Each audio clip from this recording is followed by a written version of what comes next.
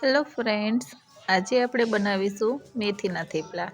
રૂ જેવા પોચા અને લાંબો સમય સુધી મેથીના થેપલાને સોફ્ટ કઈ રીતે રાખવા તેની બધી જ ટિપ્સ મેં વિડીયોમાં જણાવી છે.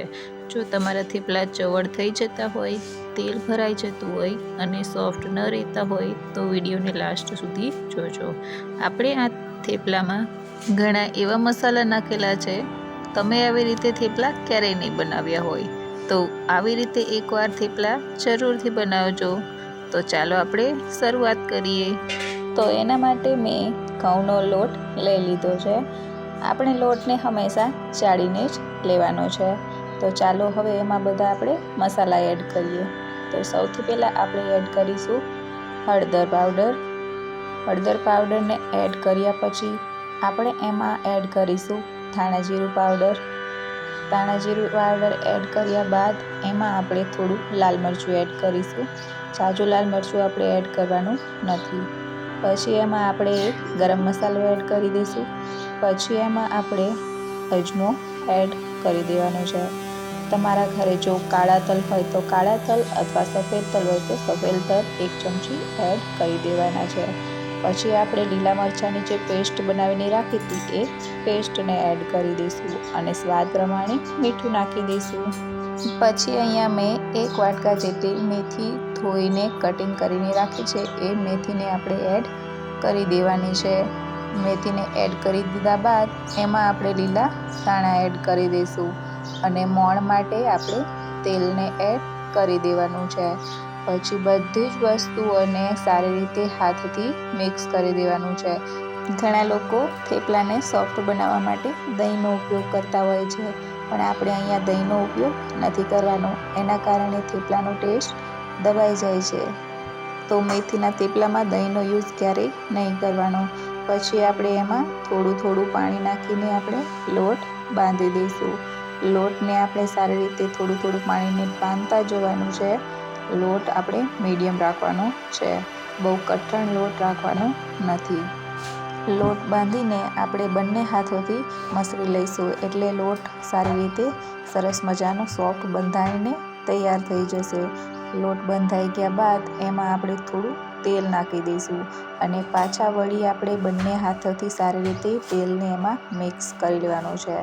લોટમાં તેલને સારી રીતે મિક્સ કરી દેવાથી લોટ એકદમ સોફ્ટ થઈ જાય છે. જુઓ, નજીકથી રાખીને બતાવું તો કેવો સોફ્ટ લોટ બનીને તૈયાર થઈ ગયો છે. પછી એને આપણે 5 મિનિટ માટે સેટ થવા મૂકી દેવાનો છે. 5 મિનિટ પછી જોઈએ તો લોટ આપણો એકદમ સોફ્ટ રીતે સેટ થઈ ગયો છે. એમાંથી આપણે એક નાનો લુઓ બનાવી લઈશું. બધા જ લુઆ આપણે એકસાથે નથી બનાવવાના અને લોટને ઢાંકીને રાખવાનો છે. એ વાતનું ખાસ ધ્યાન રાખવું, નહીં તો પછી તમારો લોટ સુકાઈ જશે તો થેપલા ચવડ બની જશે.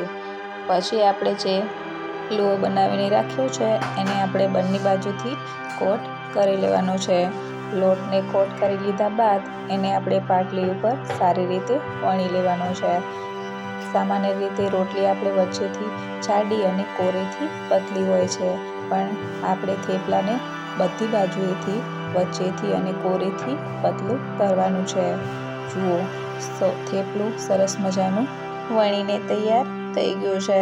જુઓ, હાથમાં એને એકદમ પરફેક્ટ માપ સાથે મેં બતાવી દીધું છે. જુઓ, એક સાઈડ લોટ આપણે ચોટેલો છે તો એને આપણે આવી રીતે એક ડીશ અથવા પતીલામાં એક સાઈડ મૂકી દઈશું. જો તમારે ડીશ ના લેવી હોય તો તમે આવી રીતે પાટલા પર પણ બનાવી શકો છો. જુઓ, મેં અહીંયા બધા જ થેપલા આવી રીતે વણીને મૂકી દીધા છે. પછી આપણે તાવડી ગરમ થાય એટલે તરત જ એમાં થેપલું નાખીને સારી રીતે ઝટપટથી તેલ લગાવીને બંને બાજુથી ઉતારી લઈશું. આપણે થેપલાને જલ્દી અને ઝટપટ જ બનાવીને ઉતારી લેવાના છે અને ગેસની ફ્લેમ આપણે વધુ જ રાખવાની છે, કારણ કે જો ધીમા તાપે કરશું તો આપણા થેપલા સોફ્ટ નહીં બને. તો બંને બાજુથી આપણે તેલ લગાવીને થેપલાને સારી રીતે શેકી લીધું છે. જુઓ, એકદમ ટેસ્ટી અને મસ્ત મજાનું સોફ્ટ થેપલું બનીને તૈયાર થઈ ગયું છે. તો આવી રીતે આપણે ઝડપથી એક પછી એક બધા જ થેપલાને બંને બાજુથી તેલ લગાવીને પછી આપણે સારી રીતે બધા થેપલાને શેકી લેવાના છે. મેં અહીંયા આવી રીતે પ્લાસ્ટિકનું લીધું છે. જો તમે પ્લાસ્ટિકનો યુઝ ના કરવા માંગતા હોય તો તમે પાવડું અથવા ચમચી પણ લઈ શકો છો.